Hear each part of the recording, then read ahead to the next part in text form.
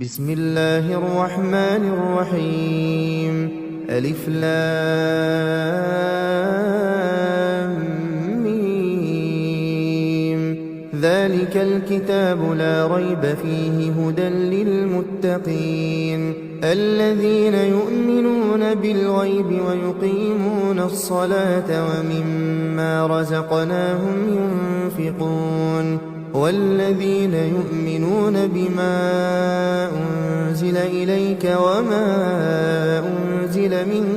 قبلك وبالآخرة هم يوقنون أولئك على هدى من ربهم وأولئك هم المفلحون إن الذين كفروا سواء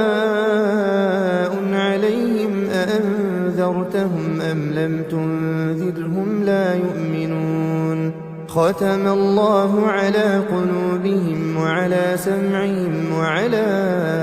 أبصارهم غشاوة ولهم عذاب عظيم ومن الناس من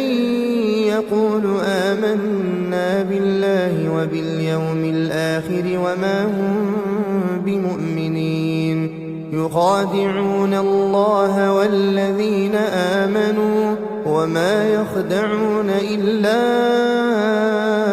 أنفسهم وما يشعرون في قلوبهم مرض فزادهم الله مرضا ولهم عذاب أليم بما كانوا يكذبون وإذا قيل لهم لا تفسدوا في الأرض قالوا إنما نحن مصلحون ألا إنهم هم المفسدون ولكن لا يشعرون وإذا قيل لهم آمنوا كما آمن الناس قالوا أنؤمن كما آمن السفهاء ألا إنهم هم السفهاء ولكن لا يعلمون وإذا لقوا الذين آمنوا قالوا آمنا وإذا خلوا إلى شياطينهم قالوا إنا معكم إنما نحن مستهزئون الله يستهزئ بهم ويمدهم في طغيانهم يعمهون أولئك الذين اشتروا الضلالة بالهدى فما ربحت تجارتهم وما كانوا مهتدين مثلهم كمثل الذي استوقد نارا فلما أضاءت ما حوله ذهب الله بنورهم وتركهم في ظلمات لا يبصرون صم بكم عمي فهم لا يرجعون أو كصيب من السماء فيه ظلمات ورعد وبرق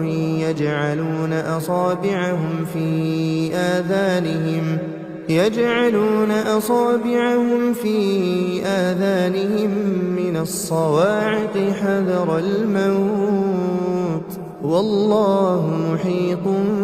بالكافرين يكاد البرق يخطف أبصارهم كلما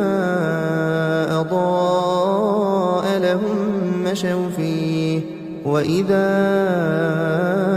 أظلم عليهم قاموا ولو شاء الله لذهب بسمعهم وأبصارهم إن الله على كل شيء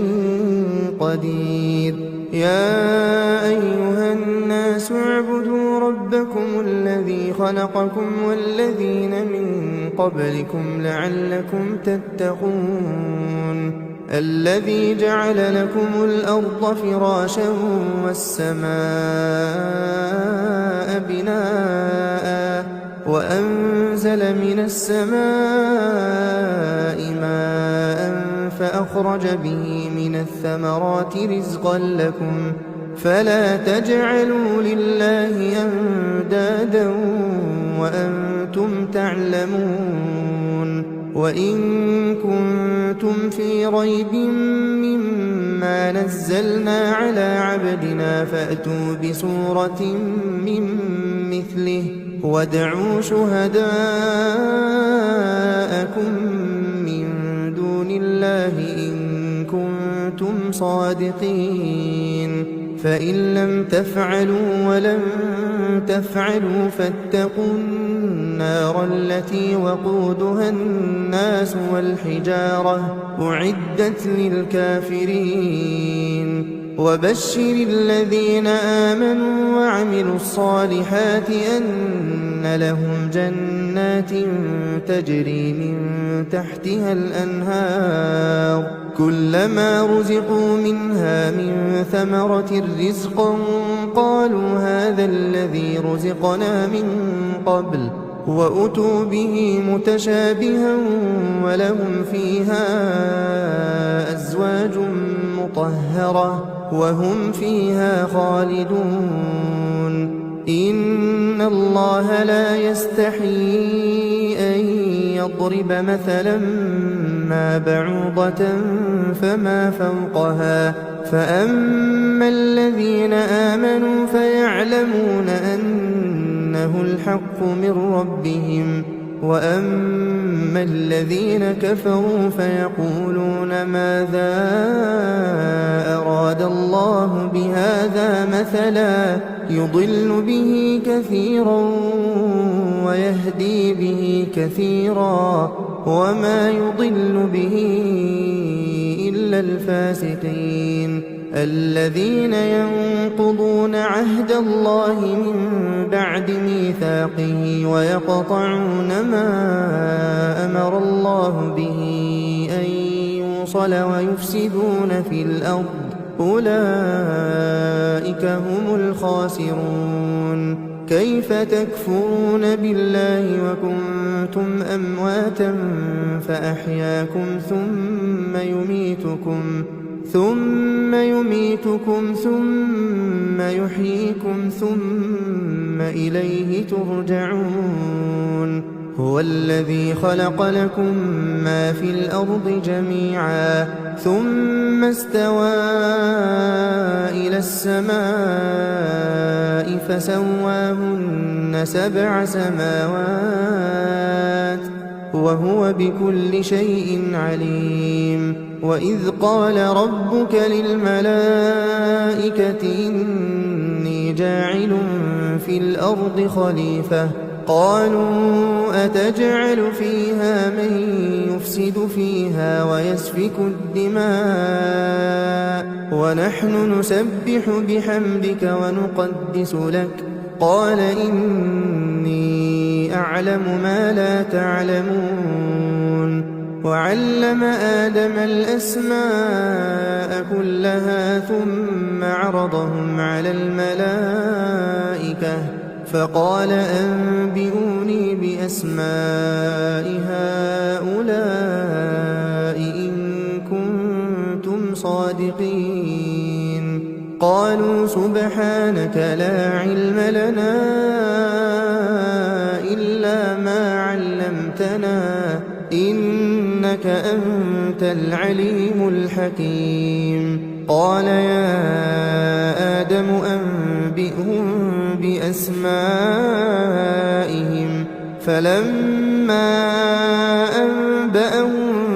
بأسمائهم قال ألم أقل لكم إني أعلم غيب السماوات والأرض وأعلم ما تبدون وما كنتم تكتمون وإذ قلنا للملائكة اسجدوا لآدم فسجدوا إلا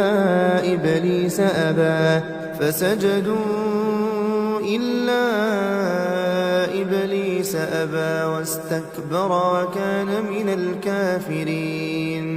وقلنا يا آدم اسكن أنت أنت وزوجك الجنة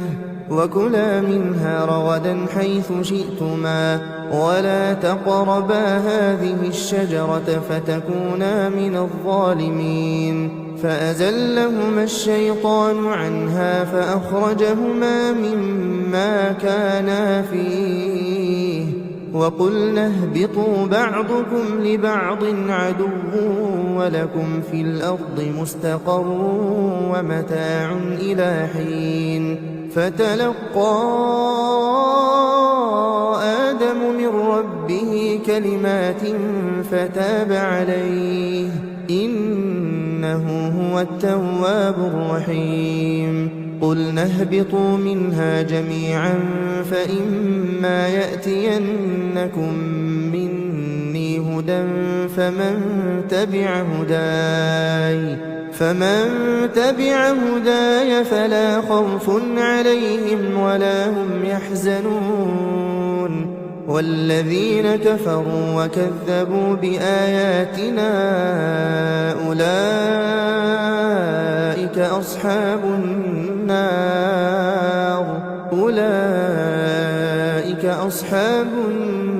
هم فيها خالدون يا بني إسرائيل اذكروا نعمتي التي أنعمت عليكم وأوفوا بعهدي أوف بعهدكم وإياي فارهبون وآمنوا بما أنزلت مصدقا لما معكم ولا تكونوا أول كافر به ولا تشتروا بآياتي ثمنا قليلا وإياي فاتقون ولا تلبسوا الحق بالباطل وتكتموا الحق وأنتم تعلمون وأقيموا الصلاة وآتوا الزكاة واركعوا مع الراكعين أتأمرون الناس بالبر وتنسون أنفسكم وأنتم تتلون الكتاب أفلا تعقلون واستعينوا بالصبر والصلاة وإنها لكبيرة إلا على الخاشعين الذين يظنون أنهم ملاقو ربهم وأنهم إليه راجعون يا بني إسرائيل اذكروا نعمتي التي أنعمت عليكم وأني فضلتكم على العالمين واتقوا يوما لا تجزي نفس عن نفس شيئا ولا يقبل منها شفاعة ولا يؤخذ منها عدل ولا هم ينصرون وإذ نجيناكم من آل فرعون يسومونكم سوء العذاب يذبحون أبناءكم ويستحيون نساءكم وفي ذلكم بلاء من ربكم عظيم وإذ فرقنا بكم البحر فأنجيناكم وأغرقنا آل فرعون وأنتم تنظرون وإذ واعدنا موسى 40 ليلة ثم اتخذتم العجل من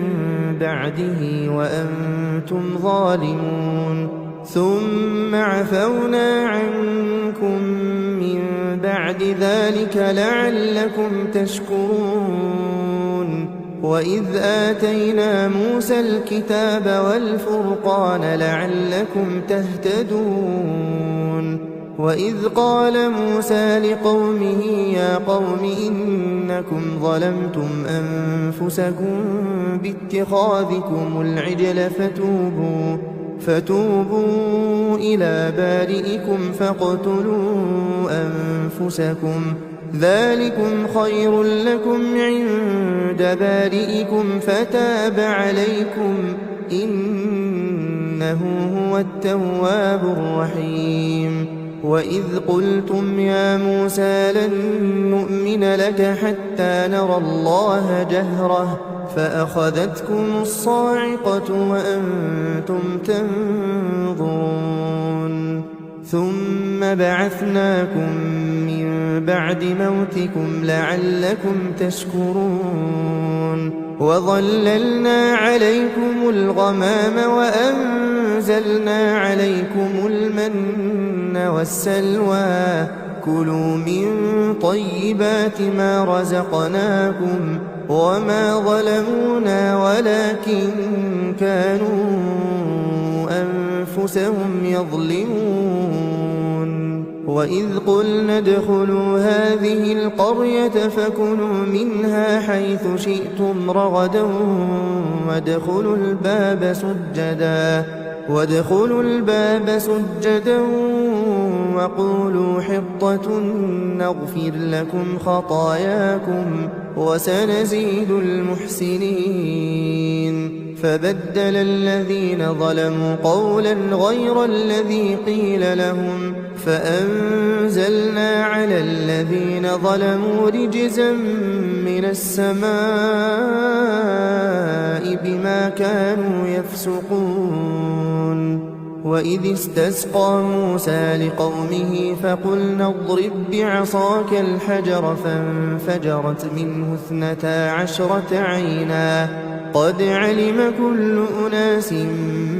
مشربهم كلوا واشربوا من رزق الله ولا تعثوا في الأرض مفسدين وإذ قلتم يا موسى لن نصبر على طعام واحد فادع لنا ربك يخرج لنا مما تنبت الأرض من بقلها وقثائها وفومها وعدسها وبصلها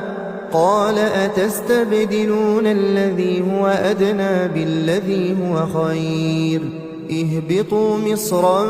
فإن لكم ما سألتم وضربت عليهم الذلة والمسكنة وباءوا بغضب من الله ذلك بأنهم كانوا يكفرون بآيات الله ويقتلون النبيين بغير الحق ذلك بما عصوا وكانوا يعتدون إن الذين آمنوا والذين هادوا والنصارى والصابئين من آمن بالله واليوم الآخر وعمل صالحا فلهم أجرهم عند ربهم ولا خوف عليهم ولا هم يحزنون وإذ أخذنا ميثاقكم ورفعنا فوقكم الطور خذوا ما آتيناكم بقوة واذكروا ما فيه لعلكم تتقون ثم توليتم من بعد ذلك فلولا فضل الله عليكم ورحمته لكنتم من الخاسرين ولقد علمتم الذين اعتدوا منكم في السبت فقلنا لهم كونوا قردة خاسئين فجعلناها نكالا لما بين يديها وما خلفها وموعظة للمتقين وإذ قال موسى لقومه إن الله يأمركم أن تذبحوا بقرة قالوا أتتخذنا هزوا قال أعوذ بالله أن أكون من الجاهلين قالوا ادع لنا ربك يبين لنا ما هي قال إن إنه يقول إنها بقرة لا فارض ولا بكر عوان بين ذلك فافعلوا ما تؤمرون قالوا ادع لنا ربك يبين لنا ما لونها قال إنه يقول إنها بقرة صفراء فاقع لونها تسر الناظرين قالوا ادع لنا ربك يبين لنا ما هي إن البقرة شابه علينا وإنا إن شاء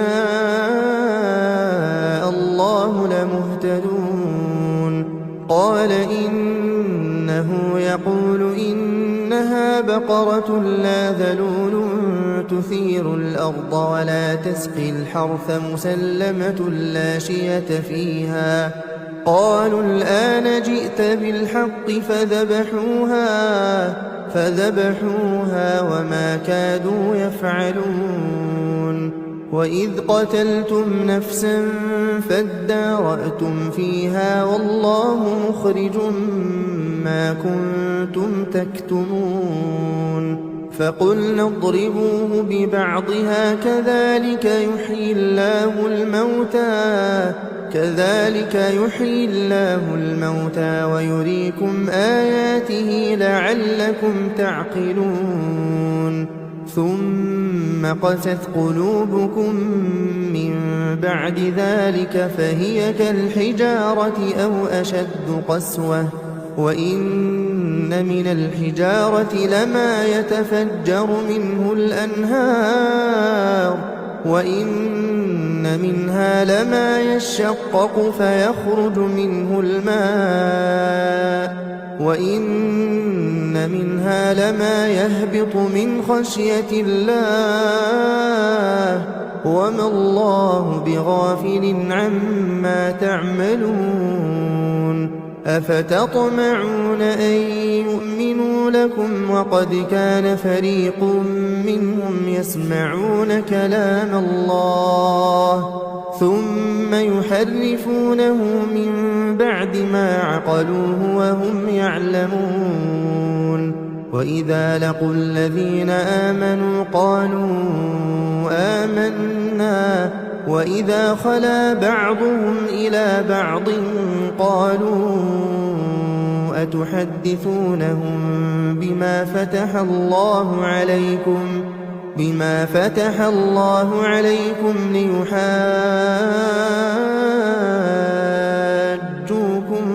به عند ربكم أفلا تعقلون أولا يعلمون أن الله يعلم ما يسرون وما يعلنون ومنهم أميون لا يعلمون الكتاب إلا أماني وإن هم إلا يظنون فويل للذين يكتبون الكتاب بأيديهم ثم يقولون هذا من عند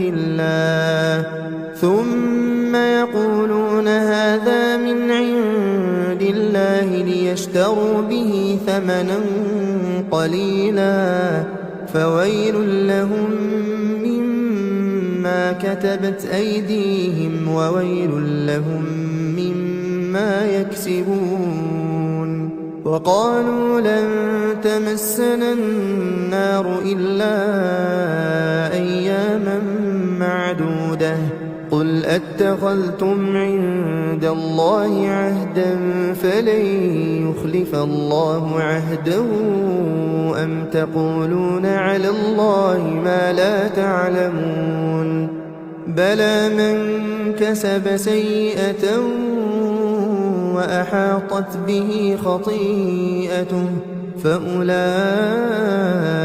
أصحاب النار هم فيها خالدون والذين آمنوا وعملوا الصالحات أولئك أصحاب الجنة الجنة هم فيها خالدون وإذ أخذنا ميثاق بني إسرائيل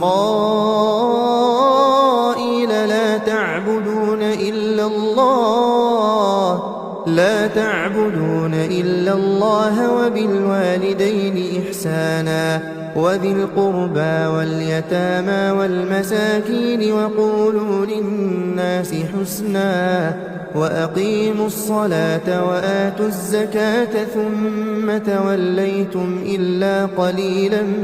منكم وأنتم معرضون وإذ أخذنا ميثاقكم لا تسفكون دماءكم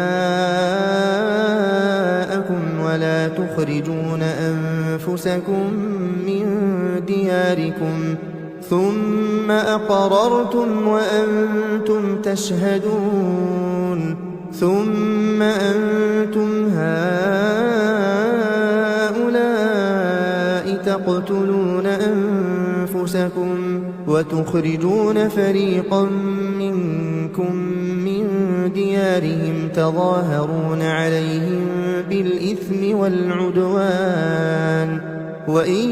يأتوكم أسارى تفادوهم وهو محرم عليكم إخراجهم أفتؤمنون ببعض الكتاب وتكفرون ببعض فما جزاء من يفعل ذلك منكم إلا خزي في الحياة الدنيا ويوم القيامة يردون إلى أشد العذاب وما الله بغافل عما تعملون أولئك الذين اشتروا الحياة الدنيا بالآخرة فلا يخفف عنهم العذاب ولا هم ينصرون ولقد آتينا موسى الكتاب وقفينا من بعده بالرسل وآتينا عيسى ابن مريم البينات وأيدناه بروح القدس أفكلما جاءكم رسول بما لا تهوى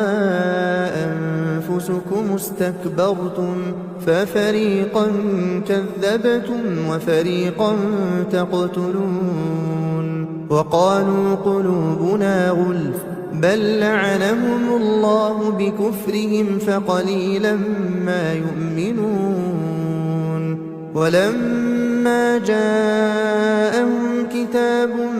من عند الله مصدق لما معهم وكانوا من قبل يستفتحون على الذين كفروا فلما جاءهم ما عرفوا كفروا به فلعنة الله على الكافرين بئس ما اشتروا به أنفسهم أن يكفروا بما أنزل الله بغيا أن ينزل الله من فضله على من يشاء من عباده فباءوا بغضب على غضب وللكافرين عذاب مهين وإذا قيل لهم آمنوا بما أنزل الله قالوا نؤمن بما أنزل علينا ويكفرون بما وراءه وهو الحق مصدقا لما معهم قل فلم تقتلون أنبياء الله من قبل إن كنتم مؤمنين ولقد جاءكم موسى بالبينات ثم اتخذتم العجل من بعده وأنتم ظالمون وإذ أخذنا ميثاقكم ورفعنا فوقكم الطور خذوا ما آتيناكم بقوة واسمعوا واسمعوا قالوا سمعنا وعصينا وأشربوا في قلوبهم العجل بكفرهم قل بئس ما يأمركم به إيمانكم إن كنتم مؤمنين قل إن كانت لكم الدار الآخرة عند الله خالصة من دون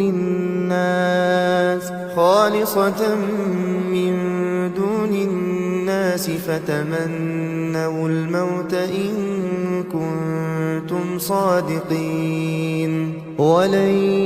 يتمنوه أبدا بما قدمت أيديهم والله عليم بالظالمين ولتجدنهم أحرص الناس على حياة ومن الذين أشركوا يود أحدهم لو يعمر 1000 سنة وما هو بمزحزحه من العذاب أن يعمر والله بصير بما يعملون قل من كان عدوا لجبريل فإنه نزله على قلبك بإذن الله مصدقا لما بين يديه وهدى وبشرى للمؤمنين من كان عدوا لله وملائكته ورسله وجبريل وميكال فإن الله عدو للكافرين ولقد أنزلنا إليك آيات بينات وما يكفر بها إلا الفاسقون أوكلما عاهدوا عهدا نبذه فريق منهم بل أكثرهم لا يؤمنون ولما جاءهم رسول من عند الله مصدق لما معهم نبذ فريق من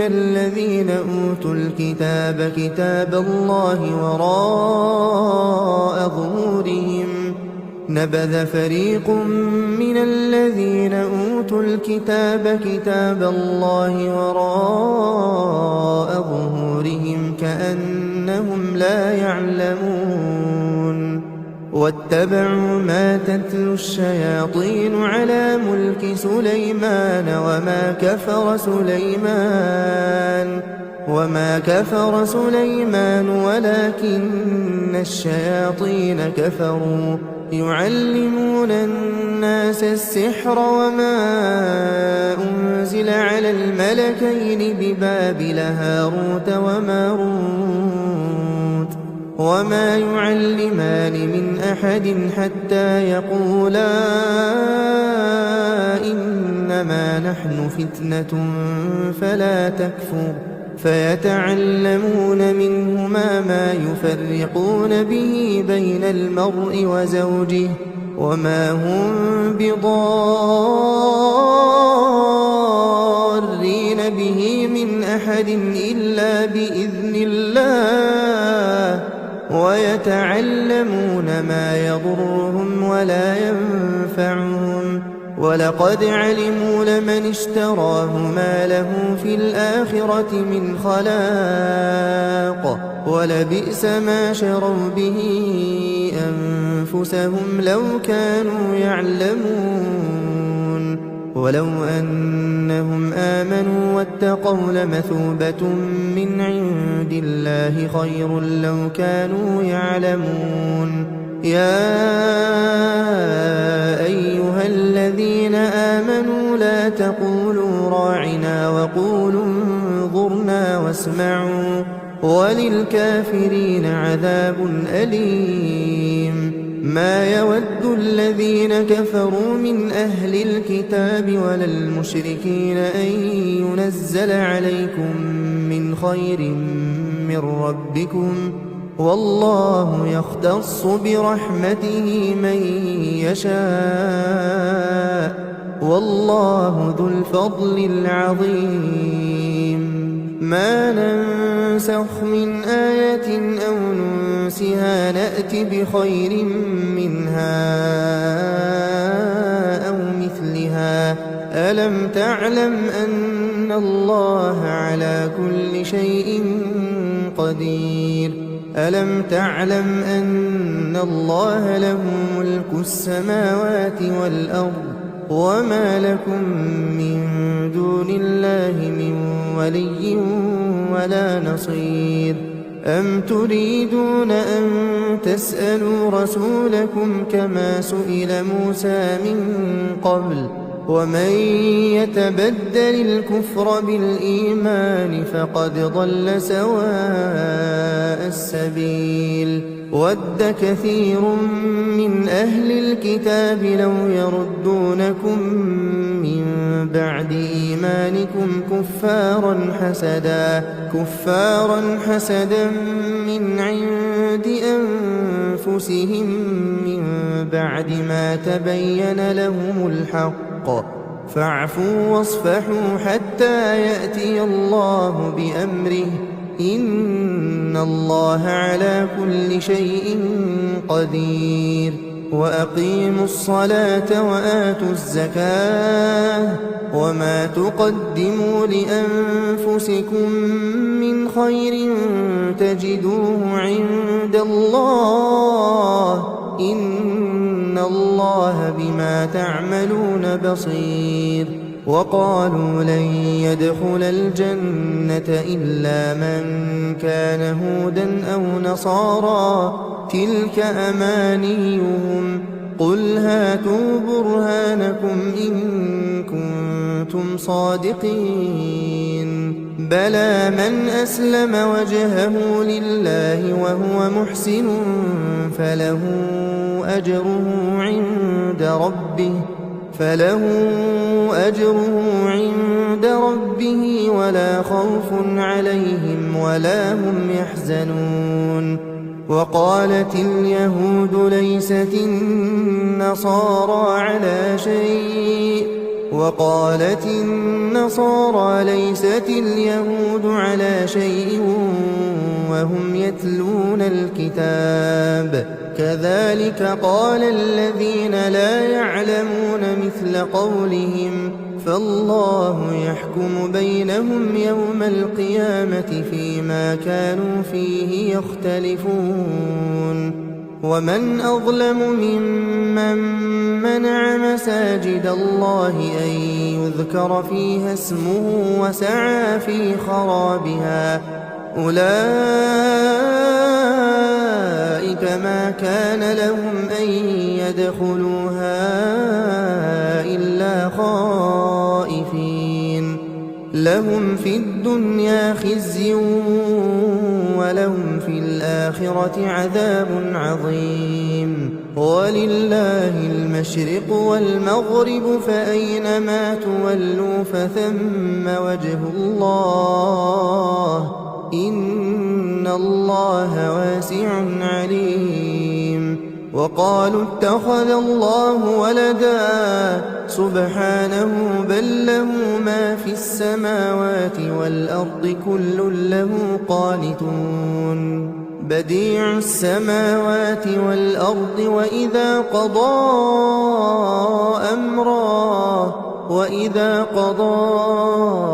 أمرا فإنما يقول له كن فيكون. وقال الذين لا يعلمون لولا يكلمنا الله أو تأتينا آية كذلك قال الذين من قبلهم مثل قولهم تشابهت قلوبهم قد بينا الآيات لقوم يوقنون. إنا أرسلناك بالحق بشيرا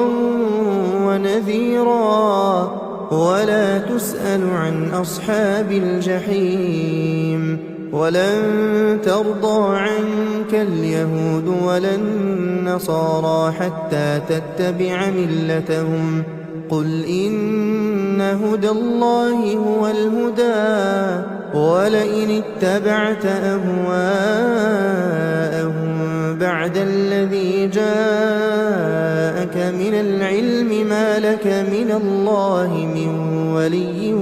ولا نصير الذين آتيناهم الكتاب يتلونه حق تلاوته أولئك يؤمنون به ومن يكفر به فأولئك هم الخاسرون يا بني إسرائيل اذكروا نعمتي التي أنعمت عليكم وأني فضلتكم على العالمين واتقوا يوما لا تجزي نفس عن نفس شيئا ولا يقبل منها عدل ولا تنفعها شفاعة ولا هم ينصرون وإذ ابتلى إبراهيم ربه بكلمات فأتمهن قال إني جاعلك للناس إماما قال ومن ذريتي قال لا ينال عهد الظالمين وإذ جعلنا البيت مثابة للناس وأمنا واتخذوا من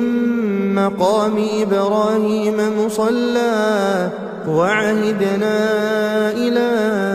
إبراهيم وإسماعيل أن طهرا بيتي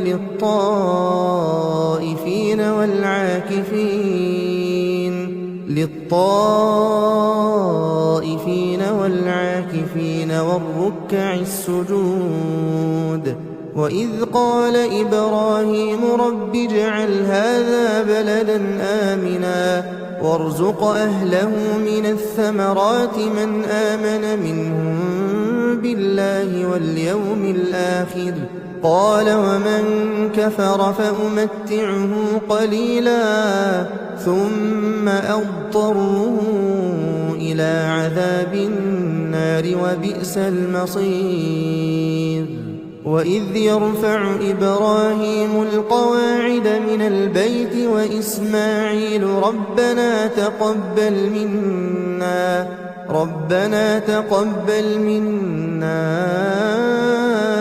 إنك أنت السميع العليم ربنا واجعلنا مسلمين لك ومن ذريتنا أمة مسلمة لك وأرنا مناسكنا وتب علينا إنك أنت التواب الرحيم ربنا وابعث فيهم رسولا منهم يتلو عليهم آياتك ويعلمهم الكتاب والحكمة ويزكيهم إنك أنت العزيز الحكيم ومن يرغب عن ملة إبراهيم إلا من سفه نفسه ولقد اصطفيناه في الدنيا وإنه في الآخرة لمن الصالحين إذ قال له ربه أسلم قال أسلمت لرب العالمين ووصى بها إبراهيم بنيه ويعقوب يا بني إن الله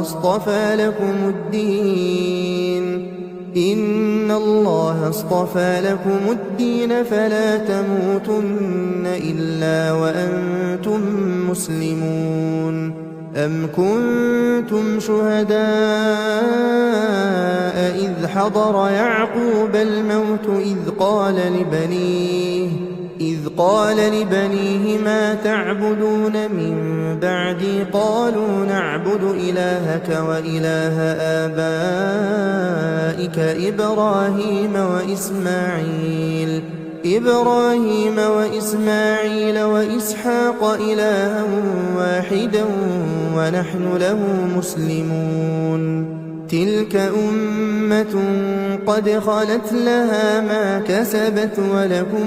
ما كسبتم ولا تسألون عما كانوا يعملون وقالوا كونوا هودا أو نصارى تهتدوا قل بل ملة إبراهيم حنيفا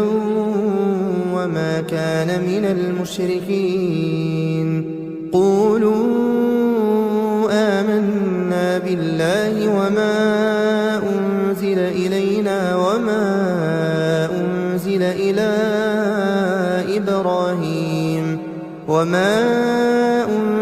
إلى إبراهيم وإسماعيل وإسحاق ويعقوب والأسباط وما أوتي موسى وعيسى وما أوتي النبيون من ربهم لا نفرق بين أحد منهم ونحن له مسلمون فإن آمنوا بمثل ما آمنتم به فقد اهتدوا وإن تولوا فإنما هم في شقاق فسيكفيكهم الله وهو السميع العليم صبغة الله ومن أحسن من الله صبغة ونحن له عابدون قل أتحاجوننا في الله وهو ربنا وربكم ولنا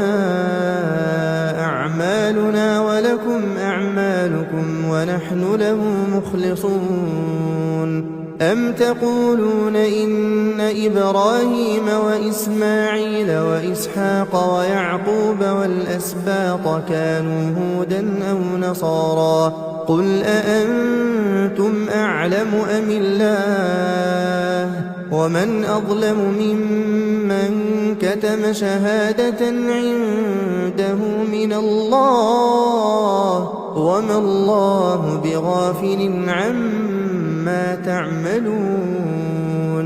تلك أمة قد خلت لها ما كسبت ولكم ما كسبتم ولا تسألون عما كانوا يعملون سيقول السفهاء من الناس ما ولاهم عن قبلتهم التي كانوا عليها قل لله المشرق والمغرب يهدي من يشاء إلى صراط مستقيم وكذلك جعلناكم أمة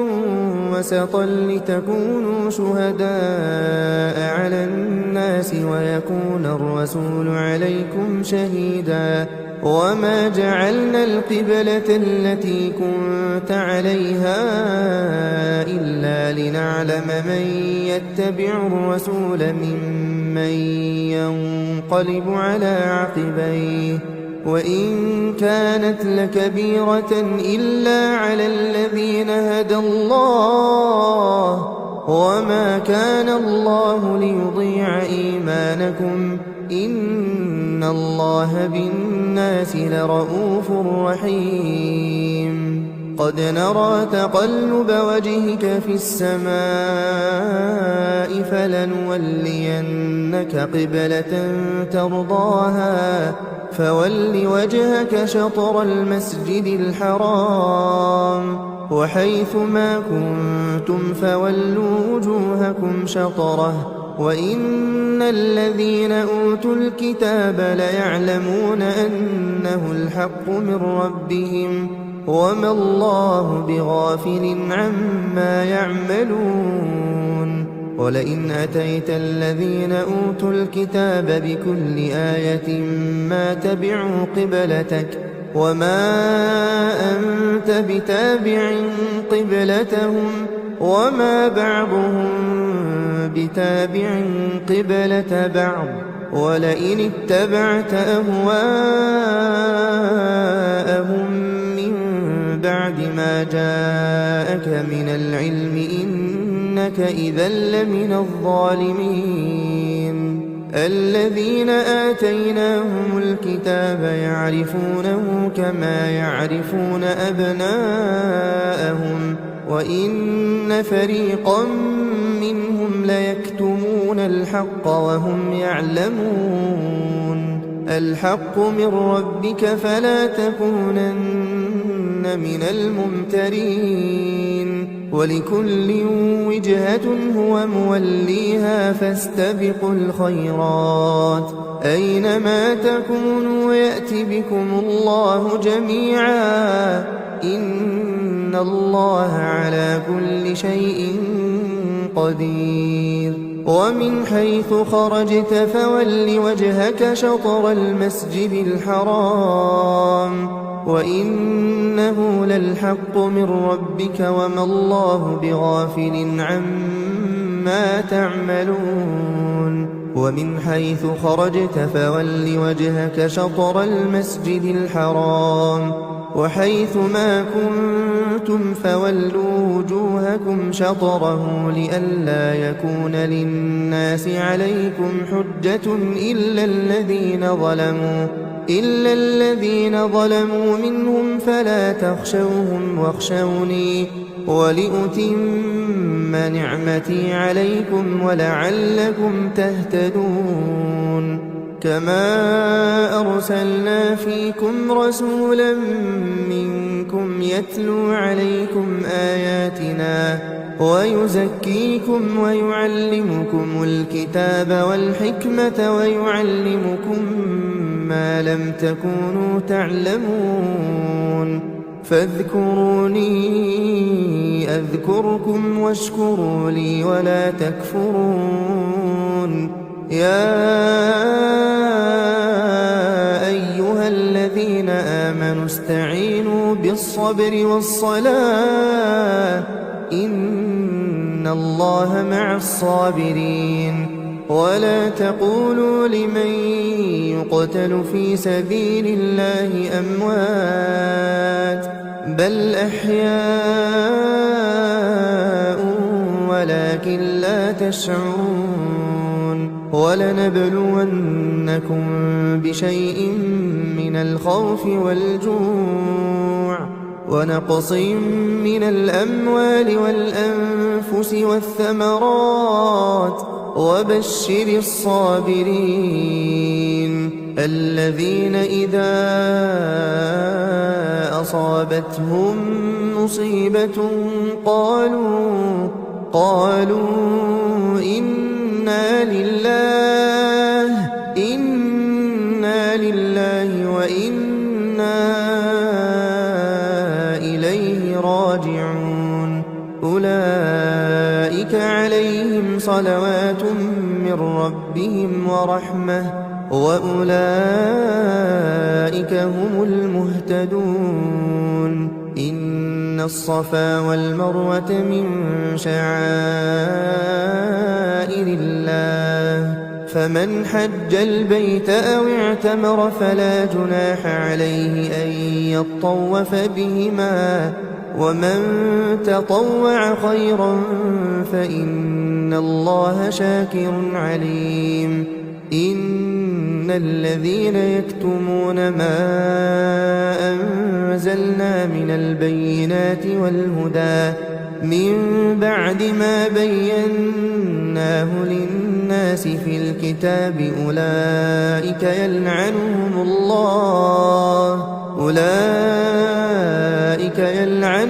الله ويلعنهم اللاعنون إلا الذين تابوا وأصلحوا وبينوا فأولئك أتوب عليهم وأنا التواب الرحيم إن الذين كفروا وماتوا وهم كفار أولئك عليهم لعنة الله والملائكة والناس أجمعين خالدين فيها لا يخفف عنهم العذاب ولا هم ينظرون وإلهكم إله واحد لا إله إلا هو الرحمن الرحيم إن في خلق السماوات والأرض واختلاف الليل والنهار والفلك التي تجري في البحر بما ينفع الناس وما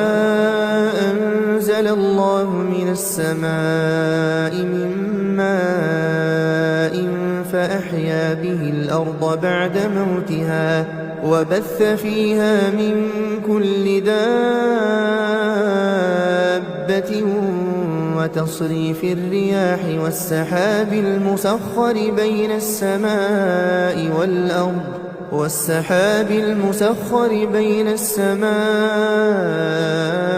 والأرض لآيات لقوم يعقلون ومن الناس من يتخذ من دون الله أندادا يحبونهم كحب الله والذين آمنوا أشد حبا لله ولو يرى الذين ظلموا إذ يرون العذاب أن القوة لله جميعا وأن الله شديد العذاب إذ تبرأ الذين اتبعوا من الذين اتبعوا ورأوا العذاب وتقطعت بهم الأسباب وقال الذين اتبعوا لو أن لنا كرة فنتبرأ منهم كما تبرأوا منا كذلك يريهم الله أعمالهم حسرات عليهم وما هم بخارجين من النار يا أيها الناس كلوا مما في الأرض حلالا طيبا ولا تتبعوا خطوات الشيطان إنه لكم عدو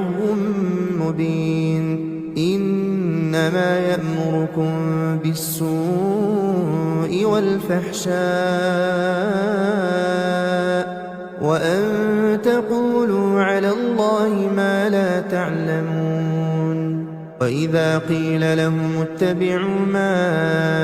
أنزل الله قالوا بل نتبع ما ألفينا عليه آباءنا أولو كان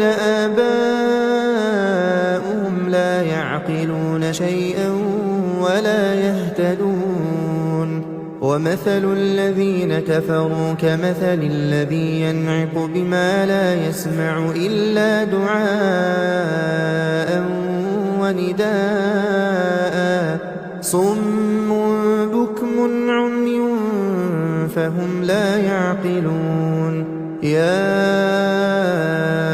أيها الذين آمنوا كلوا من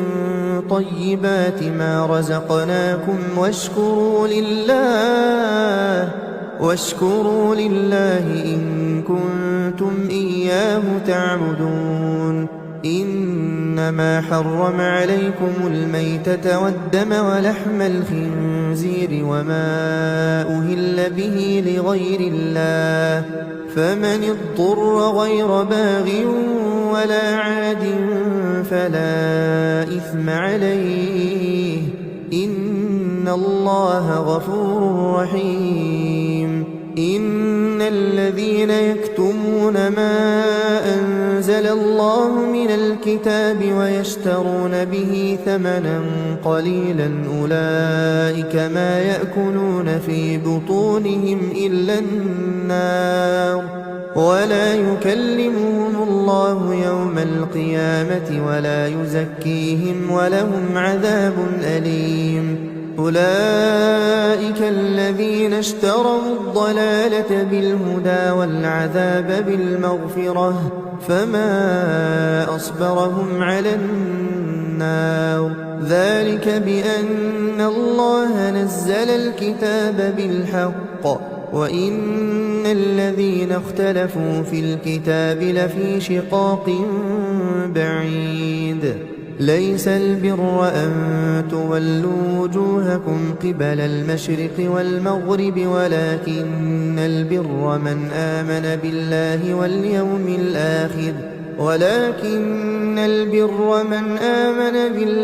واليوم الآخر والملائكة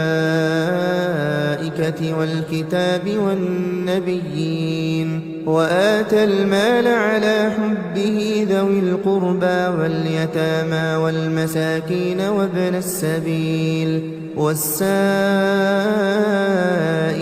وفي الرقاب وأقام الصلاة وآتى الزكاة والموفون بعهدهم إذا عاهدوا والصابرين في البأساء والضراء وحين البأس أولئك الذين صدقوا وأولئك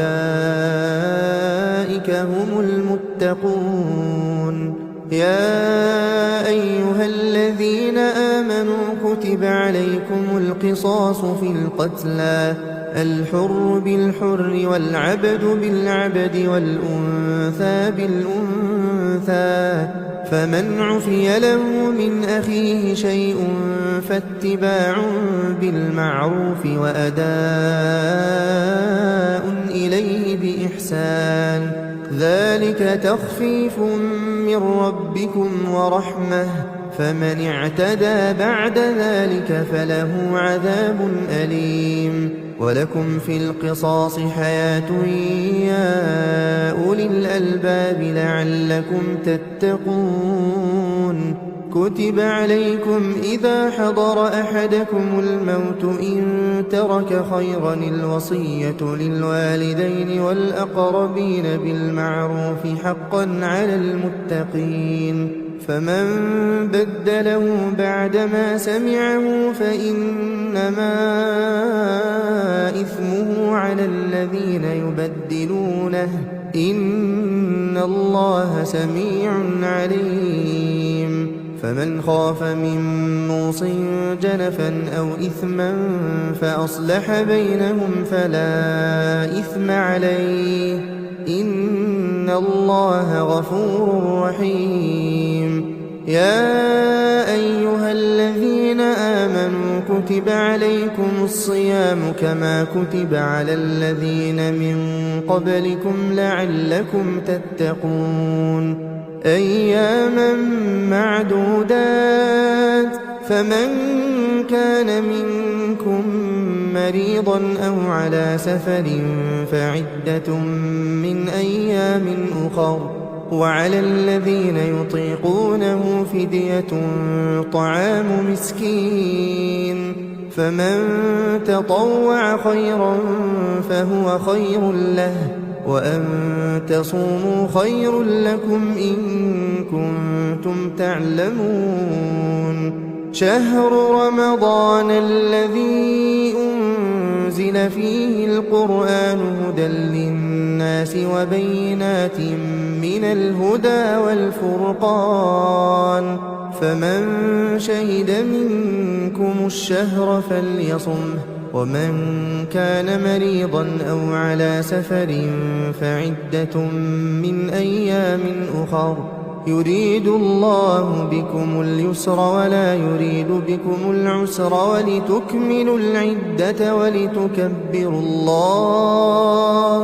ولتكبروا الله على ما هداكم ولعلكم تشكرون. وإذا سألك عبادي عني فإني قريب أجيب دعوة الداع إذا دعان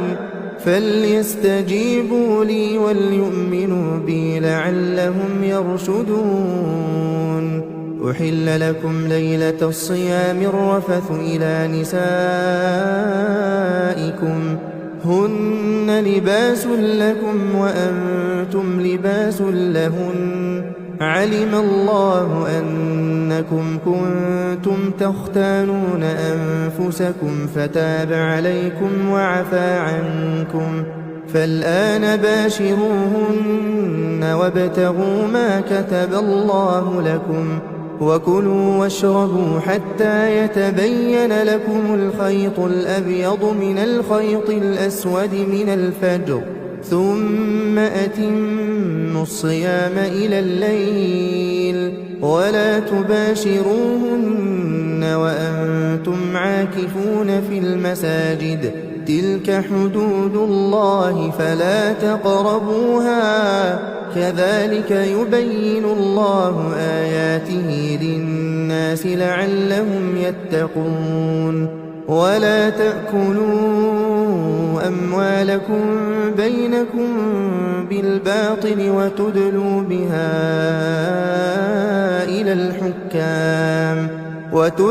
بها إلى الحكام لتأكلوا فريقا من أموال الناس بالإثم وأنتم تعلمون يسألونك عن الأهلة قل هي مواقيت للناس والحج وليس البر بأن تأتوا البيوت من ظهورها ولكن البر من اتقى وأتوا البيوت من أبوابها واتقوا الله لعلكم تفلحون وقاتلوا في سبيل الله الذين يقاتلونكم ولا تعتدوا إن الله لا يحب المعتدين واقتلوهم حيث ثقفتموهم وأخرجوهم من حيث أخرجوكم والفتنة أشد من القتل ولا تقاتلوهم عند المسجد الحرام حتى يقاتلوكم فيه فإن قاتلوكم فاقتلوهم كذلك جزاء الكافرين فإن انتهوا فإن الله غفور رحيم وقاتلوهم حتى لا تكون فتنة ويكون الدين لله فإن انتهوا فلا عدوان إلا على الظالمين الشهر الحرام بالشهر الحرام والحرمات قصاص فمن اعتدى عليكم فاعتدوا عليه بمثل ما اعتدى عليكم واتقوا الله واعلموا أن الله مع المتقين وأنفقوا في سبيل الله ولا تلقوا بأيديكم إلى التهلكة وأحسنوا إن الله يحب المحسنين وأتموا الحج والعمرة لله فإن أحصرتم فما استيسر من الهدي ولا تحلقوا رؤوسكم حتى يبلغ الهدي محله فمن كان منكم مريضا أو به أذى من رأسه ففدية من صيام أو صدقة أو نسك فإذا أمنتم فمن تمتع بالعمرة إلى الحج فما استيسر من الهدي فمن لم يجد فصيام 3 أيام في الحج و7 إذا رجعتم تلك 10 كاملة ذلك لمن لم يكن أهله حاضر المسجد الحرام واتقوا الله واعلموا أن الله شديد العقاب الحج أشهر معلومات فمن فرض فيهن الحج فلا رفث ولا فسوق ولا جدال في الحج وما تفعلوا من خير يعلمه الله وتزودوا فإن خير الزاد التقوى واتقون يا أولي الألباب ليس عليكم جناح أن تبتغوا فضلا من ربكم فإذا أفضتم من عرفات فاذكروا الله عند المشعر الحرام واذكروه كما هداكم وإن كنتم من قبله لمن الضالين ثم أفيضوا من حيث أفاض الناس واستغفروا الله إن الله غفور رحيم فإذا قضيتم مناسككم فاذكروا الله كذكركم آباءكم أو أشد ذكرا فمن الناس من يقول ربنا آتنا في الدنيا وما له في الآخرة من خلاق ومنهم من يقول ربنا آتنا في الدنيا حسنة وفي الآخرة حسنة وقنا عذاب النار أولئك لهم نصيب مما كسبوا والله سريع الحساب واذكروا الله في أيام معدودات فمن تعجل في يومين فلا إثم عليه ومن تأخر فلا إثم عليه لمن اتقى واتقوا الله واعلموا أنكم إليه تحشرون ومن الناس من يعجبك قوله في الحياة الدنيا ويشهد الله على ما في قلبه وهو ألد الخصام وإذا تولى سعى في الأرض ليفسد فيها ويهلك الحرث والنسل والله لا يحب الفساد وإذا قيل له اتق الله أخذته العزة بالإثم فحسبه جهنم ولبئس المهاد ومن الناس من يشري نفسه ابتغاء مرضات الله والله رؤوف بالعباد يا أيها الذين آمنوا ادخلوا في السلم كافة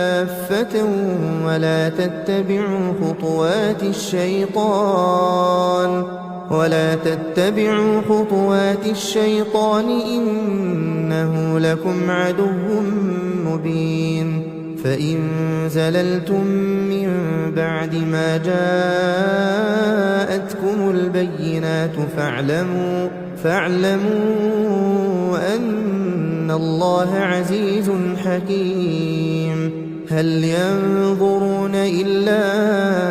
أن يأتيهم الله في ظلل من الغمام والملائكة وقضي الأمر وإلى الله ترجع الأمور سل بني إسرائيل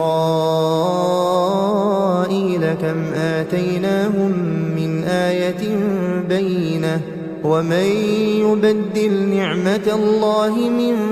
بعد ما جاءته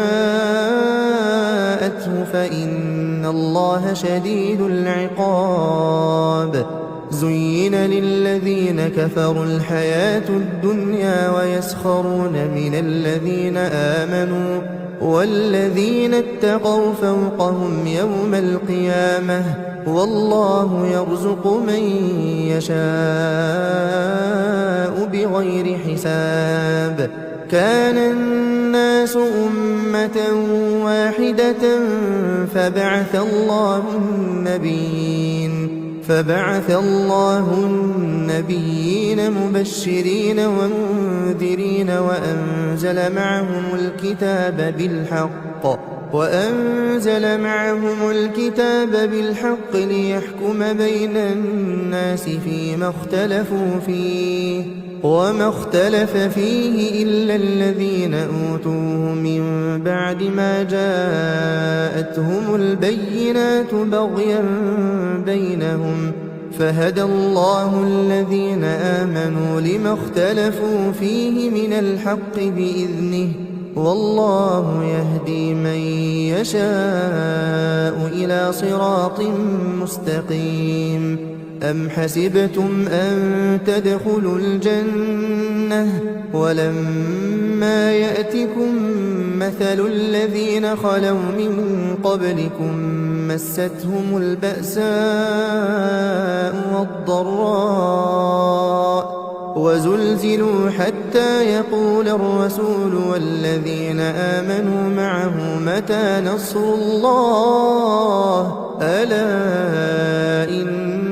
نصر الله قريب. يسألونك ماذا ينفقون قل ما أنفقتم من خير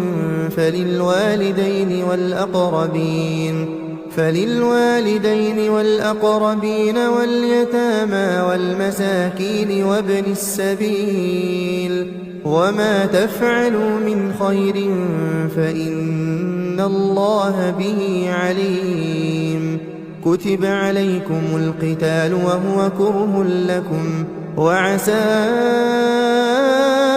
أن تكرهوا شيئا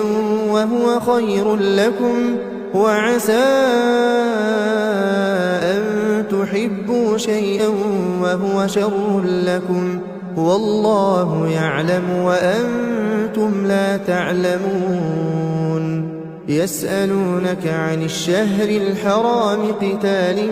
فيه قل قتال فيه كبير وصد عن سبيل الله وكفر به والمسجد الحرام وإخراج أهله منه أكبر عند الله والفتنة أكبر من القتل ولا يزالون يقاتلونكم حتى يردوكم عن دينكم إن استطاعوا ومن يرتدد منكم عن دينه فيمت وهو كافر فأولئك حبطت أعمالهم في الدنيا والآخرة وأولئك أصحاب النار هم فيها خالدون. إن الذين آمنوا والذين هاجروا وجاهدوا في سبيل الله أولئك يرجون رحمة الله والله غفور رحيم. يسألونك عن الخمر والميسر قل فيهما إثم كبير ومنافع للناس وإثمهما أكبر من نفعهما ويسألونك ماذا ينفقون قل العفو كذلك يبين الله لكم الآيات لعلكم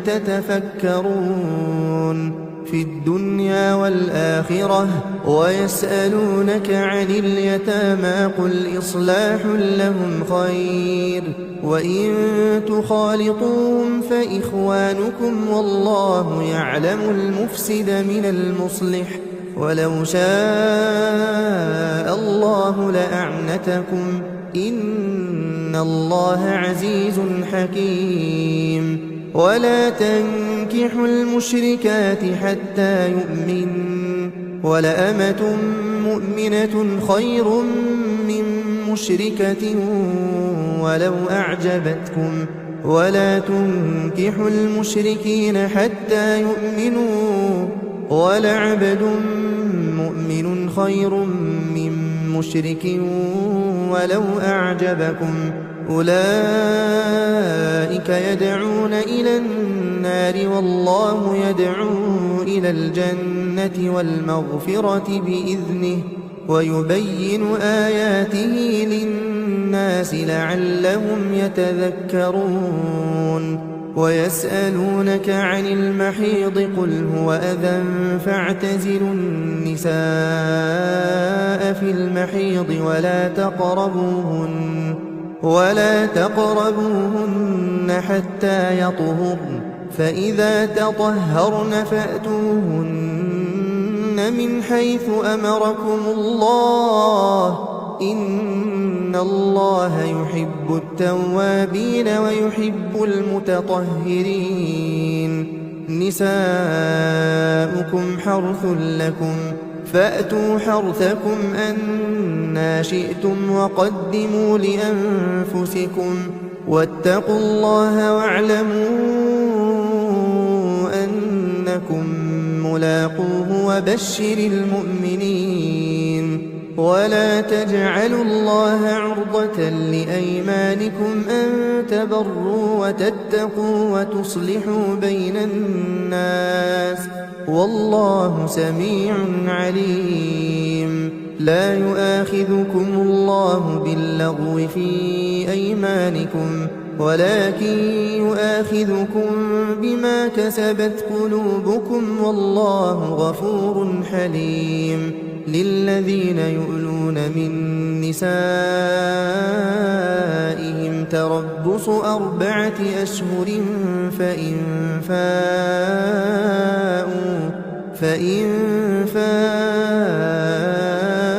فإن الله غفور رحيم. وإن عزموا الطلاق فإن الله سميع عليم. والمطلقات يتربصن بأنفسهن 3 قروء ولا يحل لهن أن يكتمن ما خلق الله في أرحامهن إن كن يؤمن بالله واليوم الآخر وبعولتهن أحق بردهن في ذلك إن أرادوا إصلاحا ولهن مثل الذي عليهن بالمعروف وللرجال عليهن درجة والله عزيز حكيم. الطلاق 2 فإمساك بمعروف أو تسريح بإحسان. ولا يحل لكم أن تأخذوا مما آتيتموهن شيئا إلا أن يخافا ألا يقيما حدود الله فإن خفتم ألا يقيما حدود الله فلا جناح عليهما فيما افتدت به تلك حدود الله فلا تعتدوها ومن يتعد حدود الله فأولئك هم الظالمون. فإن طلقها فلا تحل له من بعد حتى تنكح زوجا غيره فإن طلقها فلا جناح عليهما أن يتراجعا إن ظنا أن يقيما حدود الله وتلك حدود الله يبينها لقوم يعلمون. وإذا طلقتم النساء فبلغن أجلهن فأمسكوهن بمعروف أو سرحوهن بمعروف ولا تمسكوهن ضرارا لتعتدوا ومن يفعل ذلك فقد ظلم نفسه. ولا تتخذوا آيات الله هزوا واذكروا نعمة الله عليكم وما أنزل عليكم من الكتاب والحكمة يعظكم به واتقوا الله واعلموا أن الله بكل شيء عليم. وإذا طلقتم النساء فبلغن أجلهن فلا تعضلوهن أن ينكحن أزواجهن إذا تراضوا بينهم بالمعروف ذلك يوعظ به من كان منكم يؤمن بالله واليوم الآخر ذلكم أزكى لكم وأطهر والله يعلم وأنتم لا تعلمون. والوالدات يرضعن أولادهن حولين كاملين لمن أراد أن يتم الرضاعة وعلى المولود له رزقهن وكسوتهن بالمعروف لا تكلف نفس إلا وسعها لا تضار والدة بولدها ولا مولود له بولده وعلى الوارث مثل ذلك فإن أرادا فصالا عن تراض منهما وتشاور فلا جناح عليهما وإن أردتم أن تسترضعوا أولادكم فلا جناح عليكم إذا سلمتم ما آتيتم بالمعروف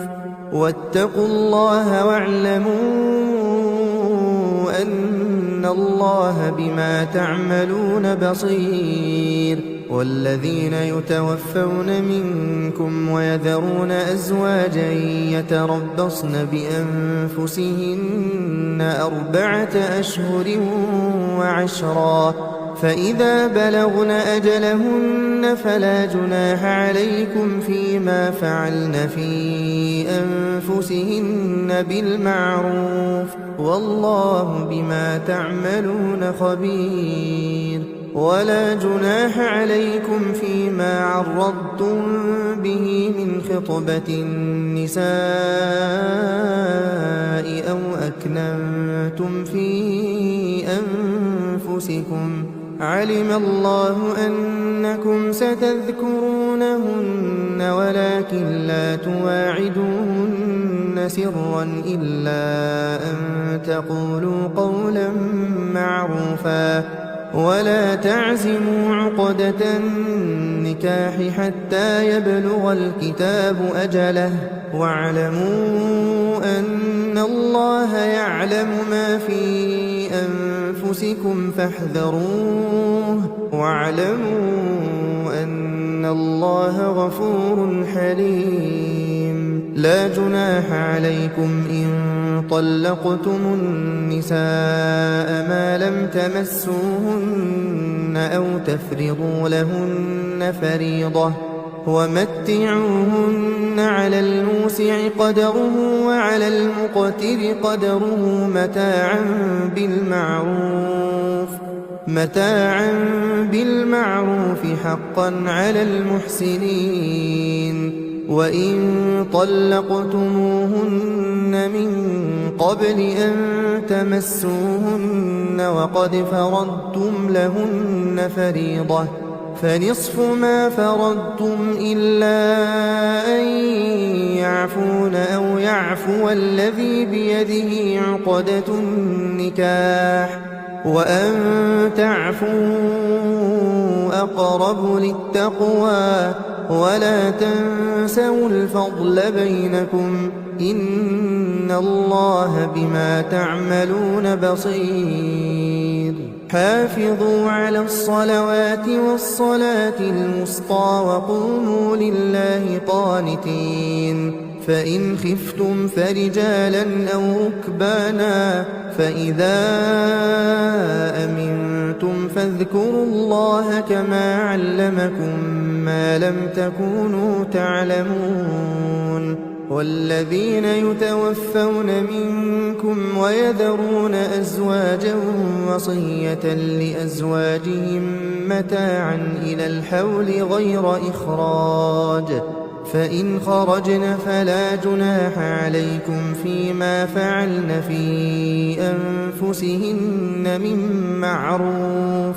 والله عزيز حكيم وللمطلقات متاع بالمعروف حقا على المتقين كذلك يبين الله لكم آياته لعلكم تعقلون ألم تر إلى الذين خرجوا من ديارهم وهم ألوف حذر الموت فقال لهم الله موتوا ثم أحياهم إن الله لذو فضل على الناس ولكن أكثر الناس لا يشكرون وقاتلوا في سبيل الله واعلموا أن الله سميع عليم من ذا الذي يقرض الله قرضا حسنا فيضاعفه له أضعافا كثيرة والله يقبض ويبسط وإليه ترجعون ألم تر إلى الملأ من بني إسرائيل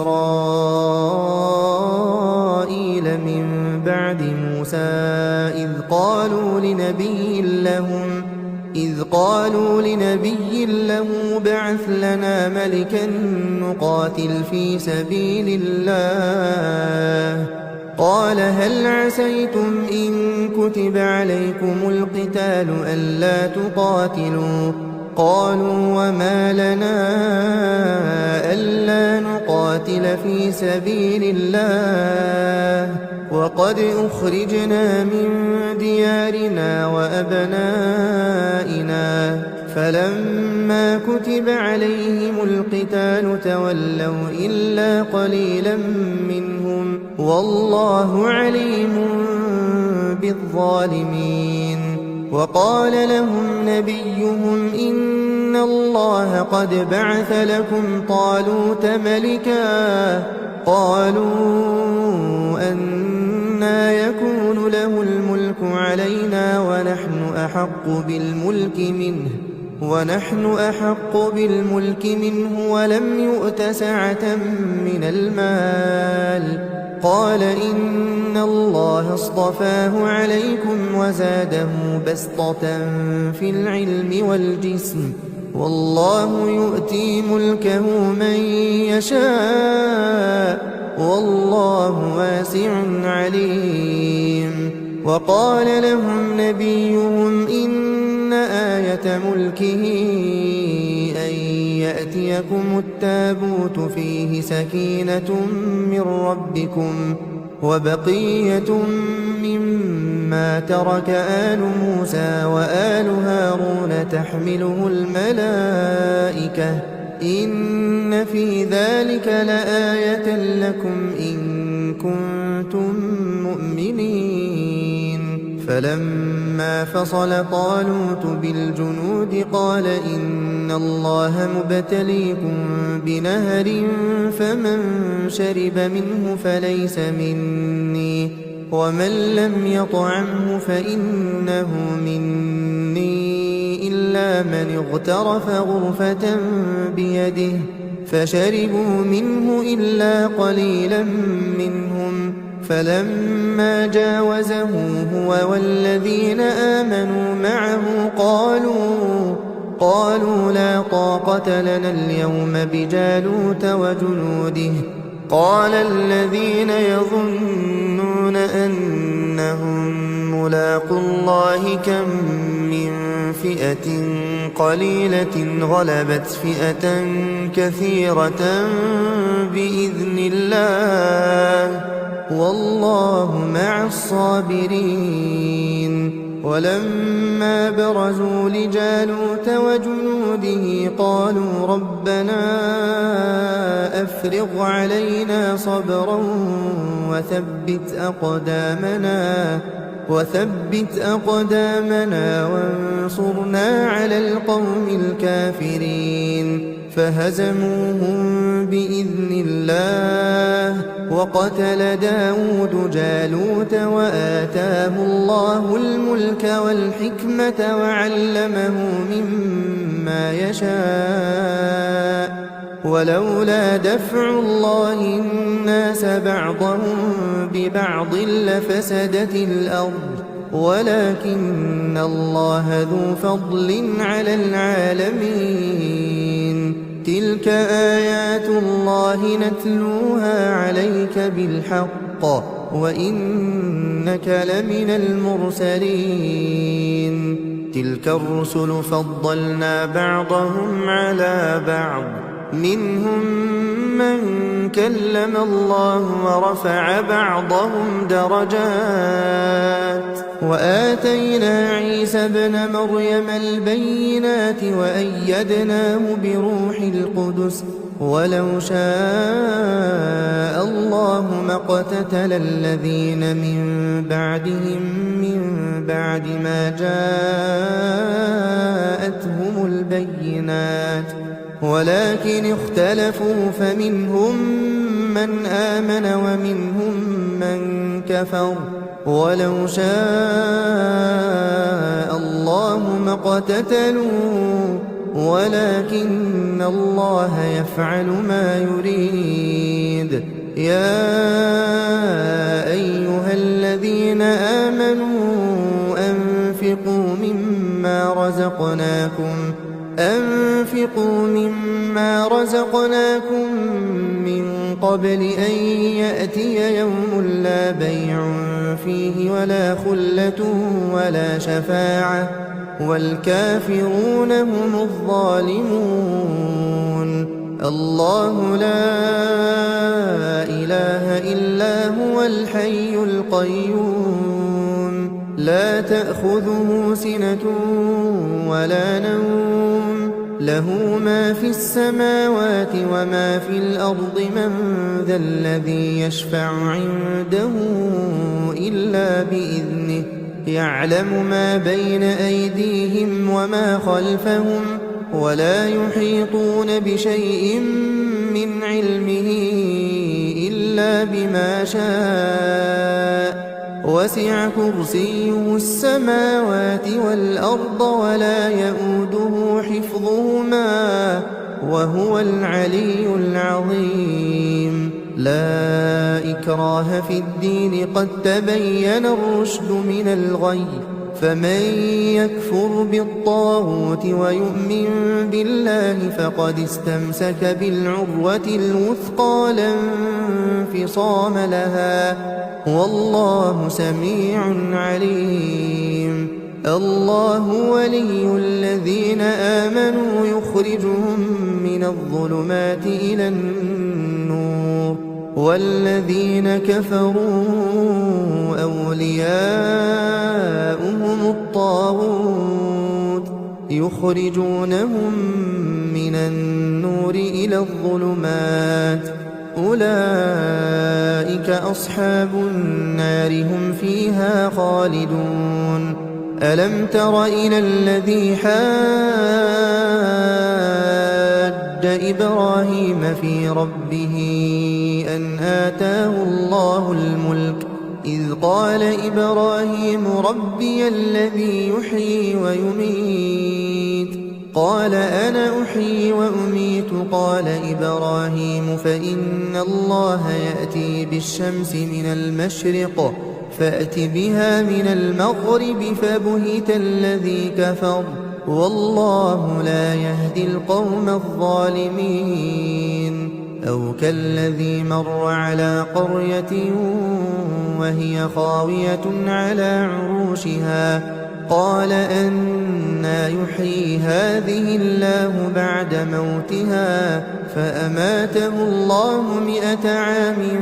ثم بعثه قال كم لبثت قال لبثت يوما أو بعض يوم قال بل لبثت 100 عام فانظر إلى طعامك وشرابك لم يتسنه وانظر إلى حمارك ولنجعلك آية للناس وانظر إلى العظام كيف ننشزها ثم نكسوها لحما فلما تبين له قال أعلم أن الله على كل شيء قدير وإذ قال إبراهيم رب أرني كيف تحيي الموتى قال أولم تؤمن قال بلى ولكن ليطمئن قلبي قال فخذ 4 من الطير فصرهن إليك ثم اجعل على كل جبل منهن جزءا ثم ادعهن يأتينك سعيا واعلم أن الله عزيز حكيم. مثل الذين ينفقون أموالهم في سبيل الله كمثل حبة أنبتت 7 سنابل في كل سنبلة 100 حبة والله يضاعف لمن يشاء والله واسع عليم. الذين ينفقون أموالهم في سبيل الله ثم لا يتبعون ما أنفقوا منا ولا أذى لهم أجرهم عند ربهم ولا خوف عليهم ولا هم يحزنون. قول معروف ومغفرة خير من صدقة يتبعها أذى والله غني حليم. يا أيها الذين آمنوا لا تبطلوا صدقاتكم بالمن والأذى كالذي ينفق ماله رئاء الناس ولا يؤمن بالله واليوم الآخر فمثله كمثل صفوان عليه تراب فأصابه وابل فتركه صلدا لا يقدرون على شيء مما كسبوا والله لا يهدي القوم الكافرين. ومثل الذين ينفقون أموالهم ابتغاء مرضات الله وتثبيتا من أنفسهم كمثل جنة بربوة أصابها وابل فآتت أكلها ضعفين فإن لم يصبها وابل فطل والله بما تعملون بصير. أيود أحدكم أن تكون له جنة من نخيل وأعناب تجري من تحتها الأنهار له فيها من كل الثمرات وأصابه الكبر وله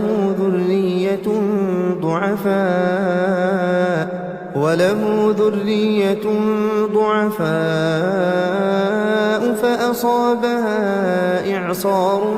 فيه نار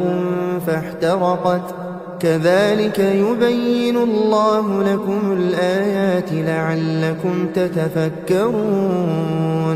يا أيها الذين آمنوا أنفقوا من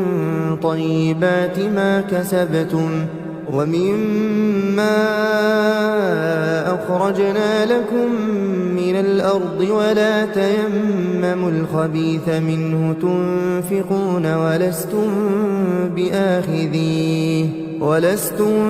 بآخذيه إلا أن تغمضوا فيه واعلموا أن الله غني حميد. الشيطان يعدكم الفقر ويأمركم بالفحشاء والله يعدكم مغفرة منه وفضلا والله واسع عليم. يؤتي الحكمة من يشاء ومن يؤت الحكمة فقد أوتي خيرا كثيرا وما يذكر إلا أولو الألباب. وما أنفقتم من نفقة أو نذرتم من نذر فإن الله يعلمه وما للظالمين من أنصار. إن تبدوا الصدقات فنعما هي وإن تخفوها وتؤتوها الفقراء فهو خير لكم ويكفر عنكم من سيئاتكم والله بما تعملون خبير ليس عليك هداهم ولكن الله يهدي من يشاء وما تنفقوا من خير فلأنفسكم وما تنفقون إلا ابتغاء وجه الله وما تنفقوا من خير يوفى إليكم وأنتم لا تظلمون للفقراء الذين أحصروا في سبيل الله لا يستطيعون ضربا في الأرض يحسبهم الجاهل أغنياء من التعفف تعرفهم بسيماهم لا يسألون الناس إلحافا وما تنفقوا من خير فإن الله به عليم الذين ينفقون أموالهم بالليل والنهار سرا وعلانية فلهم أجرهم عند ربهم ولا خوف عليهم ولا هم يحزنون الذين يأكلون الربا لا يقومون إلا كما يقوم الذي يتخبطه الشيطان من المس ذلك بأنهم قالوا إنما البيع مثل الربا وأحل الله البيع وحرم الربا فمن جاءه موعظة من ربه فانتهى فله ما سلف وأمره إلى الله ومن عاد فأولئك أصحاب النار هم فيها خالدون يمحق الله الربا ويربي الصدقات والله لا يحب كل كفار أثيم إن الذين آمنوا وعملوا الصالحات وأقاموا الصلاة وآتوا الزكاة لهم أجرهم عند ربهم ولا خوف عليهم ولا هم يحزنون يا أيها الذين آمنوا اتقوا الله وذروا ما بقي من الربا إن كنتم مؤمنين فإن لم تفعلوا فأذنوا بحرب من الله ورسوله وإن تبتم فلكم رؤوس أموالكم لا تظلمون ولا تظلمون وإن كان ذو عسرة فنظرة إلى ميسرة وأن تصدقوا خير لكم إن كنتم تعلمون واتقوا يوما ترجعون فيه إلى الله ثم توفى كل نفس ما كسبت وهم لا يظلمون